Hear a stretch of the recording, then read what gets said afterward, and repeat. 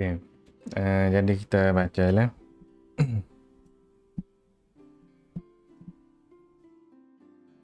Um, Nilai-nilai ataupun qimah yang natawassalu ilaihi bil istiqra' min ma'rifatin. Nilai-nilai pengetahuan yang kita akan perolehi melalui istiqra'.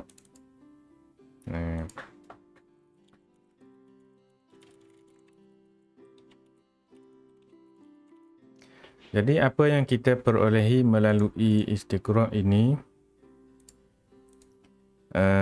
dia ada beberapa keadaan.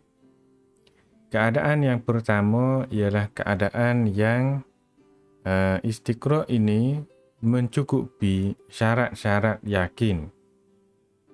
Mencukupi syarat-syarat yakin. Maka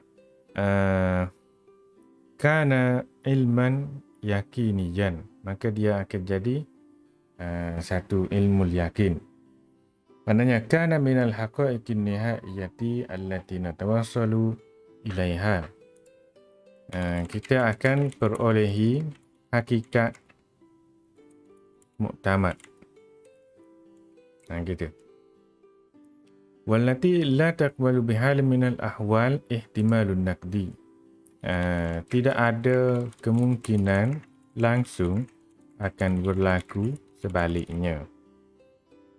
Ni kalau cukup syarat yakin. Kalau cukup syarat yakin, maka yakinlah jadinya. Okey. Kalau tidak cukup syarat-syarat yakin yang meyakinkan,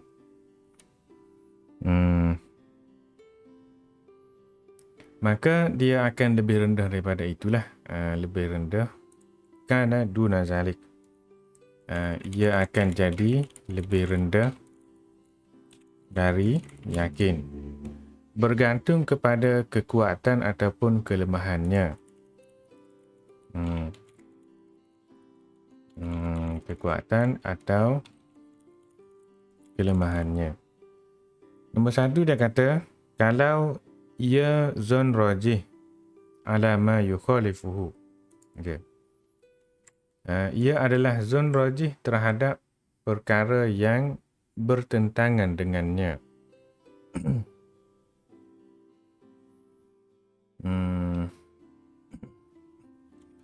Ia lebih meyakinkan berbanding dengan perkara yang bertentangan dengannya. Zon rajih ini pula dia ada berbeza-beza dari segi dekat dan jauhnya dengan yakin mengikut kekuatannya. Gitu. Zon rajih ini berbeza-beza dari segi dekat dan jauhnya dengan yakin. Ni nak tahu mana pula, mengambil kira kekuatannya juga. Yang keduanya, zon itu sama kuat dengan ma yukhalifuhu, dengan yang bertentangan dengannya. Maknanya ia sama kuat ataupun sama kuat boleh juga dengan apa dia saat ni, perkara yang bertentangan dengannya. Maknanya sama-sama meyakinkan, bukan sama-sama meyakinkan, sama-sama kuat lah, sama kuat mudah katanya. Inda izin yakiful fikru minhu mawqif syakki min ghairi tarjihin. Dalam keadaan itu, minda manusia akan berada di tempat yang kita panggil syak. Okay.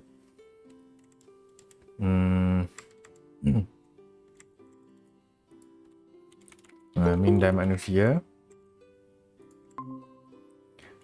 berada, ataupun minda saja boleh juga, berada di peringkat syak min ghairi tarjihin, tanpa boleh menentukan, tanpa boleh mentarjihkan sebenarnya, tanpa boleh melebihkan yang mana satu daripadanya, tanpa boleh menentukan, melebihkan yang mana satu darinya. Okey. Yang ketiganya, zon itu zon ta'if, maknanya lawan kepada ni lah. Dia kata, ia lebih tidak meyakinkan berbanding dengan perkara yang bertentangan dengannya. Maknanya, aqrabu ila tarjihir rafdi minhu ila tarjihil qabul. Lebih kuat kita, apa ni? Nak tentukan, ataupun lebih kuat kita nak tolak ia berbanding menerimanya. Jadi yatafawatu qurban wa bu'dan min ar-rafdin nihai biqadari nisbati dha'fihi. Maknanya supaya saat ni juga ia berbeza-beza dari segi dekat dan jauhnya dengan penolakan sepenuhnya, penolakan muktamad lah kita panggil. Bergantung kepada kelemahannya. Pasal ni bergantung kepada kekuatannya. Okey. Dan yang ketiga ialah yang marfud nihai. Maknanya ditolak secara muktamad, pastilah ditolak secara pasti. Wa huwa allazi la yaqbalu ihtimalu raj'ati ila janibil isbat. Maknanya yang tidak ada kemungkinan akan kembali ke sebelah pihak kebenaran, gitu, ataupun pensabitan. Tidak akan jadi ada lah. Kita pasti ia tidak ada. Okey. Jadi dalam keadaan ini, ia juga dikira sebagai yakin. Ia juga dikira sebagai yakin. Dan ia juga dikira sebagai hakikat muktamad yang diperolehi. Cuma dari sudut penolakan, bukan penerimaan.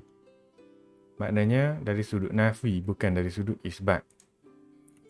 Saya yakin, kan? Ia salah. Jadi gitu. Hak saat ni saya yakin ia benar. Ni saya yakin ia salah. Jadi ni dia nak bagi kepada beberapa maklumat yang kita perolehi lah.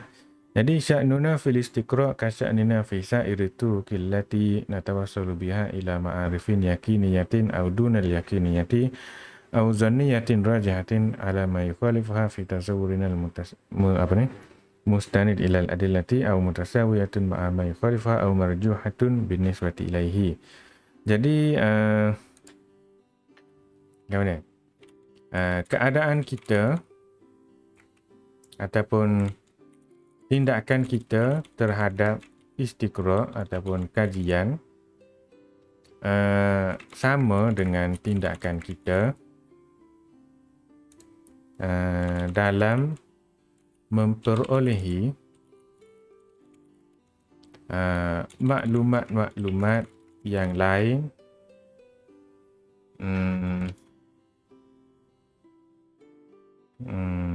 selain istiqra' lah maknanya. yang mana kita akan perolehi ataupun kita kata tindakan kita terhadap istiqra' kajian lah maknanya. Sama caranya dengan tindakan kita dalam memperolehi maklumat-maklumat lain. Sama ada maklumat itu maklumat yakiniyah, meyakinkan ataupun lebih rendah daripada yakin, ataupun zonni yang rajih berbanding dengan yang lawannya dalam fikiran kita, bergantung kepada bukti-bukti yang ada lah, bergantung kepada bukti-bukti yang ada dalam fikiran kita. Ia lebih meyakinkan berbanding dengan sebaliknya, ataupun dia sama kuat dengan yang sebaliknya, ataupun dia lebih lemah daripada yang sebaliknya, bergantung kepada bukti-bukti yang ada jugalah, bergantung kepada bukti-bukti yang ada. Jadi mudah katanya dia terbahagi kepada nombor 1 yakin dan pasti benar, nombor 2 apa dia ni, berat sangka ataupun hampir yakin benar, nombor 3 tidak pasti benar atau palsu, ataupun kita kata ragu-ragu antara kedua-duanya, nombor 4 berat sangka ataupun hampir yakin tidak benar ataupun palsu, dan nombor 5 yakin dan pasti palsu ataupun tidak benar. Okey. Hak ni dia serupa dengan hak ada kita belajar dah di beberapa tajuk dahulu, terutamanya berkait dengan makrifah lah. Ada dia tulis dengan gambar rajahnya. Dia ada buat dacing berat sebelah tu. Ni. Ni di muka surat 126 dulu dia ada ayat dah. Turukul wusul ilal ma'rifah dan sebagainya lah, cara-cara untuk kita tahu sesuatu benda tu. Dan juga martabat dia. Martabat dia ni lah beberapa perkara ni. Ni ada muka surat 124 ni. Yakin. Yakin tu maknanya yang mana yajzimul mudrik bi annama adrakahu mutabiqun lil waqi'i qat'an.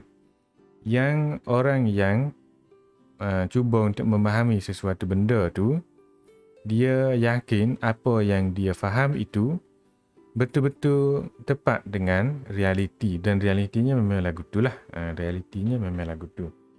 Iktikad pun lebih kurang itulah juga masuk dalam kategori yakin juga. Ataupun ilmu pun masuk dalam kategori itu juga. Pada tu zon rajih ni bawah pada yakin. Dia ada peringkat tinggi sekalinya, masyhur dia panggil. Lepas tu boleh pergi ke bawah-bawah lagi lah. Dia ada paling atas, paling hampir kepada yakin. Mana tidak telitah lah, boleh kata tidak telitah. Kalau sekali pandai tu tidak telitah. Sebaliknya boleh berlaku. Contohnya apa dia?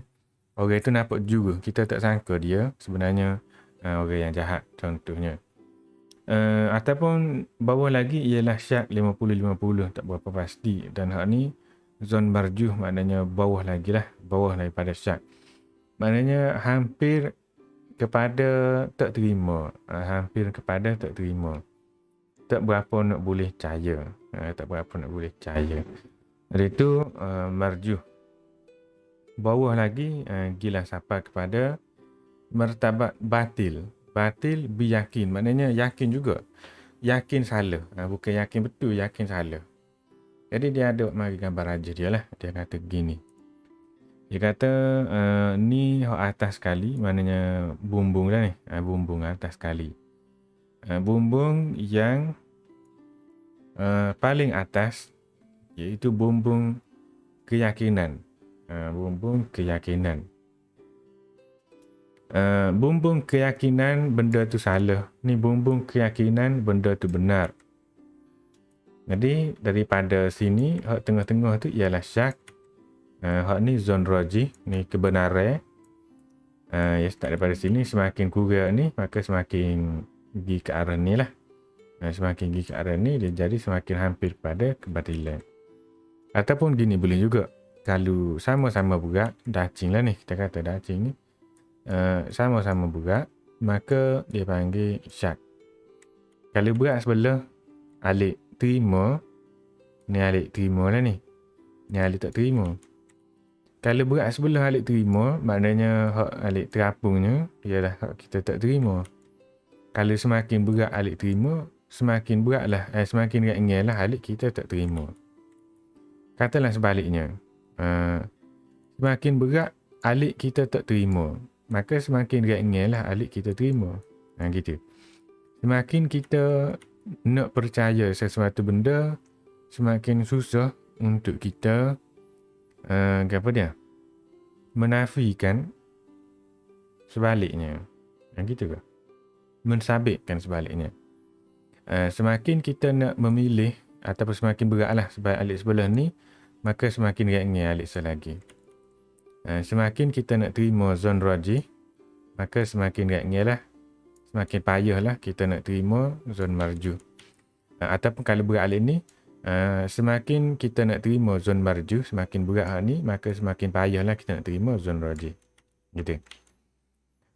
Jadi bila kita contohnya kita boleh gunalah dalam beberapa perkara sebenarnya berkait dengan maklumat ni.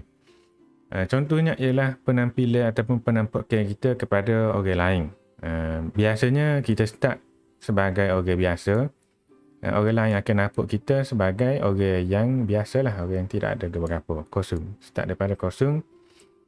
Manusia akan meletakkan manusia lain di peringkat zon rajih. Manusia adalah orang yang baik. Okey.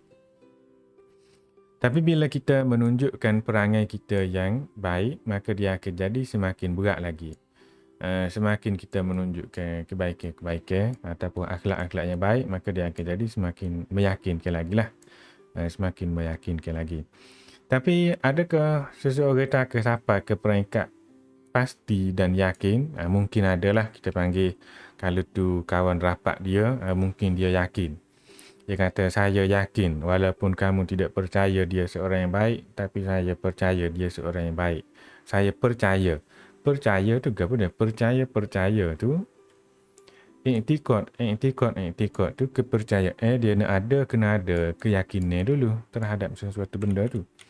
Jadi saya percaya, saya tahu dia orang yang baik. Saya yakin dia orang yang baik. Saya percaya dia orang yang baik. Itu maknanya dia sampai ke peringkat yakin dah seseorang itu baik. Gitulah kira-kiranya.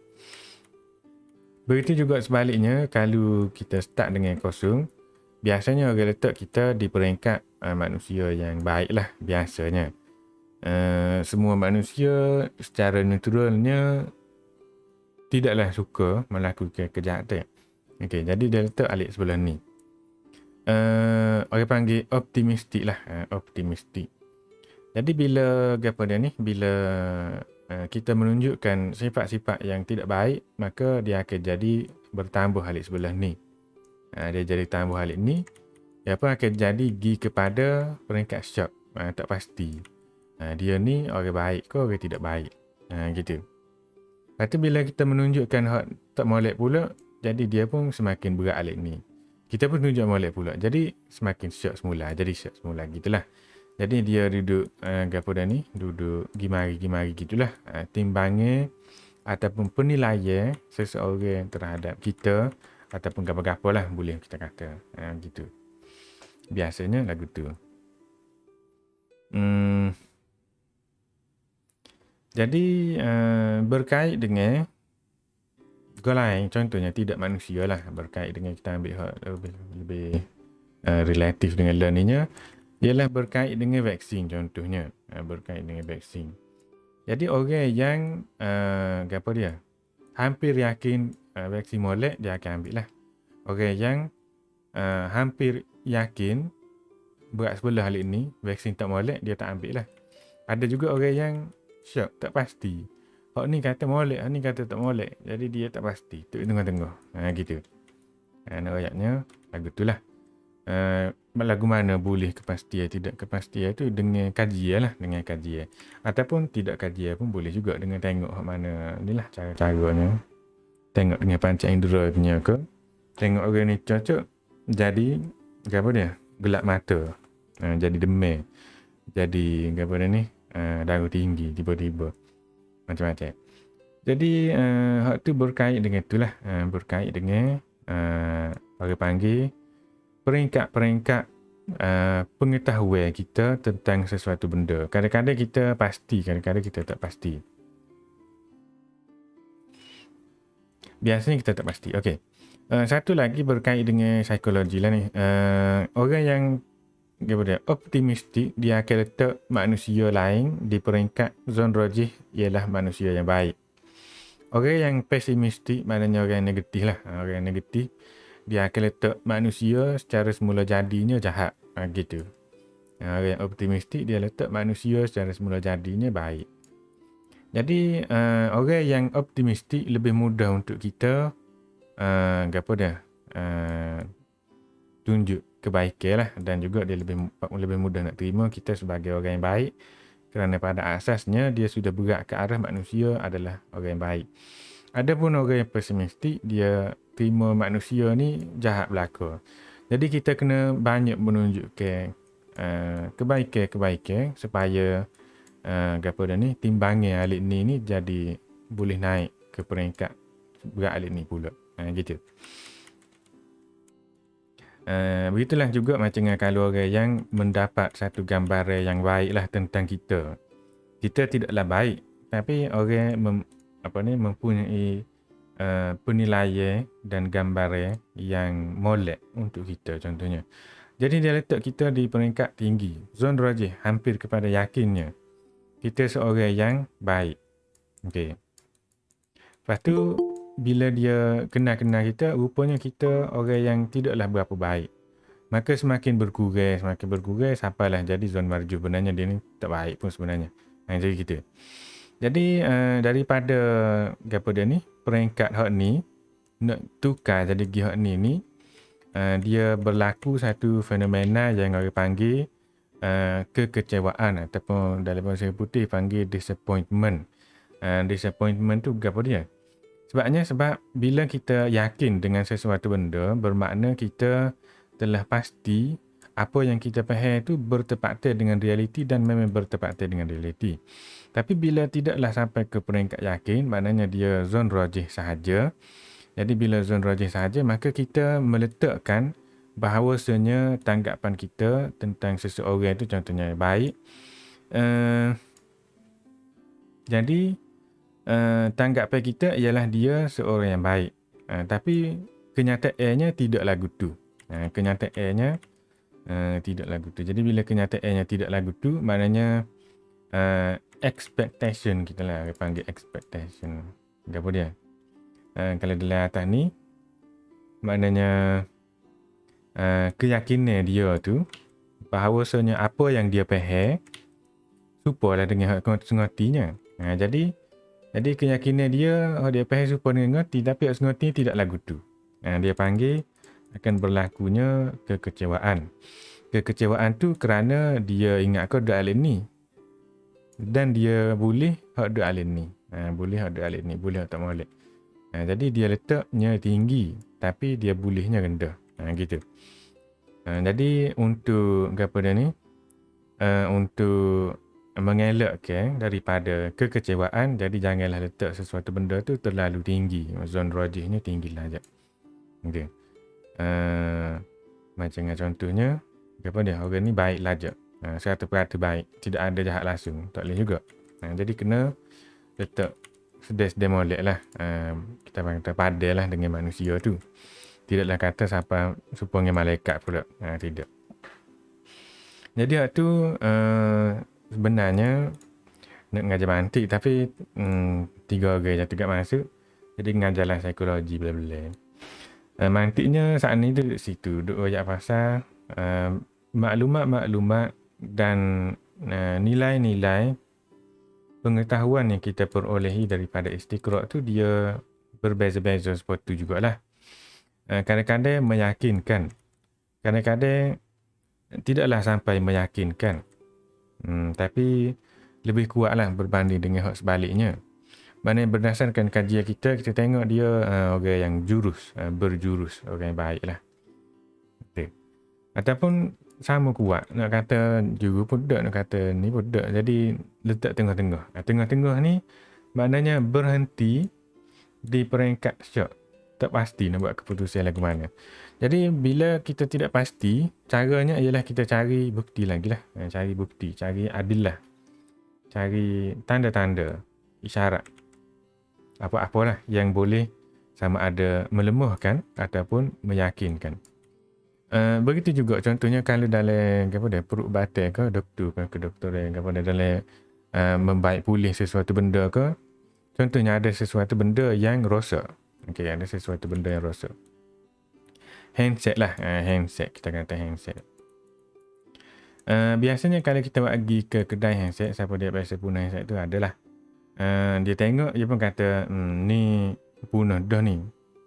Jadi hak dia royak tu kita rasa macam dia yakin punah ke dia tidak berapa yakin sebenarnya, tapi dia royak berdasarkan tanda-tanda yang ada gitu.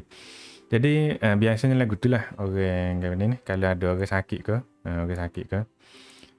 dia apa dia ni pergi hospital, doktor berkata ni tak berapa mana dah ni. Biasanya orang yang ada di sekeliling ataupun tuan dia ataupun ibu bapa ke, relatif dia dekat-dekat ke, dia akan cubalah suruh doktor saat ni tu mengesahkan adakah dia boleh diselamatkan, adakah handset saya boleh diselamatkan, gitu. Jadi kalau kita tanya banyak-banyak, dia akan royak lah secara pastinya benda ni rosak goni, benda ni rosak goni, jadi tidak boleh dibaiki secara pastinya. Kalau nak baiki juga boleh kena tukar gini-gini. Maknanya dia tahulah bendanya. Kalau dia pun macam saya tak pasti nak buka, tapi saya rasa dia punah lah, gitu. Kalau tu maknanya dia tak pasti. Bila dia tidak pasti, kita pun tidak pasti. Okay. Jadi untuk meyakinkan orang lain, kena royak dengar bersungguh-sungguh dengan ada buktinya, supaya orang yang dengar tu jadi berasa yakin, teruja. Okey, jadi setakat itulah dulu mantiknya. Wallahu a'lam. Kita baca balarah lah pula.